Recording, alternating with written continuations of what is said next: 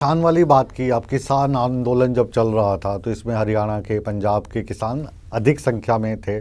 आंदोलन भी हरियाणा के बॉर्डर पे ही चल रहा था। उस वक्त भी आप कह रहे हैं मैं किसानों के साथ खड़ा हूँ। सरकार कह रही है कि हम 3 कानून लेके आए हैं, किसानों को फ़ायदा पहुँचा के मानेंगे। आप कह रहे हैं ये फ़ायदा नहीं है, नुकसान है। उनका पक्ष लिया आपने, उस पार्टी का नहीं लिया जिसने आपको मिनिस्टर बनाया? नहीं, मिनिस्टर बनाने में ये नहीं कहीं लिखा होता कि जो भाषा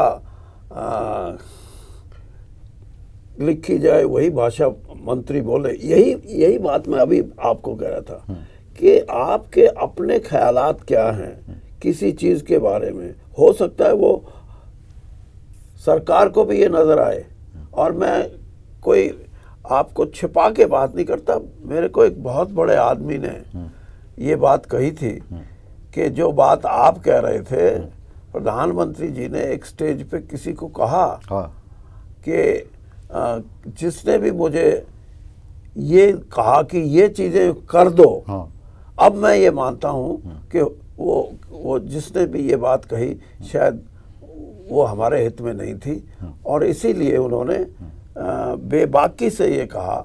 क्या कहा था आपने, क्या कर दो?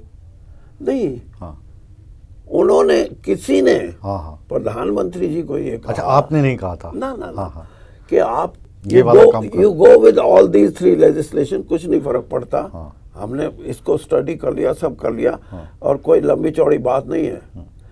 जब प्रधानमंत्री जी ने ये बात कही, किसी को कही कि जिस सोर्स से मुझे ये कहा गया वो गलत था और मुझे नहीं करना था, इसीलिए उन्होंने बड़ी बेबाकी से किसान आंदोलन के सामने आके किसानों से कहा कि मेरी भक्ति में, मेरी तपस्या में कहीं ना कहीं कमी रही है, और मैं किसान वर्ग को जो हमारी मंशा थी उसको समझा नहीं सका, इसलिए 3 कानूनों को हम वापस लेते हैं जी। और ये बात अगर मोदी कहते हैं तो आज की तारीख में बड़ी बात है। नहीं, मैं ये कहता हूँ कि लोग ये कहते हैं कि प्रधानमंत्री जी ने जिस तरीके से ये बात कही है, शायद जैसी मोदी जी की रेपुटेशन है, कि जो फैसला ले लिया सो ले लिया, पीछे नहीं हटते। तो उन्होंने कहीं ना कहीं एहसास हुआ होगा इस बात का कि जिसने मुझे ये सलाह दी वो गलत थी, और मुझे किसानों के साथ बैठ के, और आज भी मैं ये कहता हूँ कि आपने किसान कल्याण के लिए आप 6,000 रुपये साल का देते हो, आपने इंश्योरेंस पॉलिसी में सुधार किए, आपने MSP को डायरेक्ट उसके खाते में, किसान के खाते में MSP का जो पैसा जो परचेज करती थी सरकार या FCI या जो भी, वो खाते में डालने की, ये इतने क्रांतिकारी चीज़ें हैं।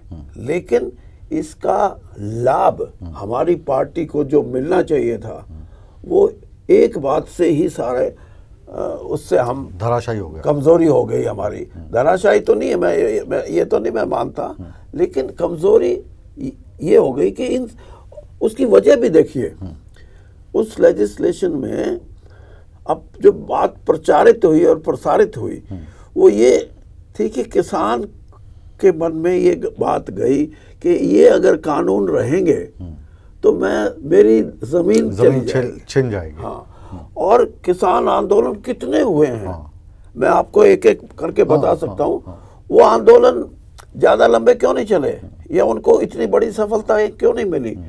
क्योंकि वो किसी न किसी इशू को, जैसे कपास का इशू है, वो देश के एक हिस्से तक सीमित है।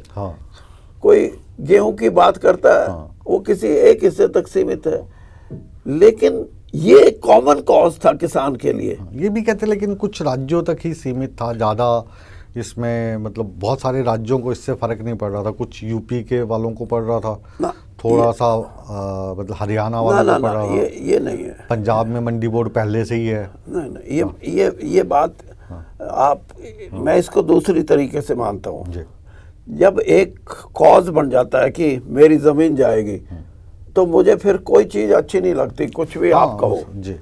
लेकिन जो आप कह रहे हो कि ये 3 साढ़े 3 राज्यों तक सीमित था, इसकी वजह है कि यहाँ के किसान ने जो लड़ाई लड़ने का मन बनाया, सत्याग्रह करने का या धरने देने का, वो सक्षम भी है।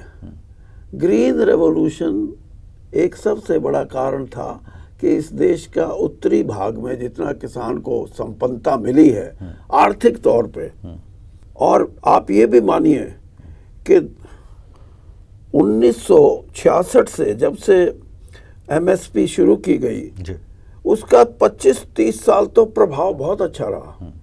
2005-2004 के बाद ये जो किसान की संपन्नता का बढ़ता हुआ जो असर था ये प्लेटो हो गया एकदम, उसमें फिर उभार आना बंद हो गया जी। तो एक वो उसकी वजह थी, एक उसकी संपन्नता, और एक उसकी जो मैंने बताया कि वो इस बात में सक्षम था कि मैं लड़ाई लड़ सकता हूँ।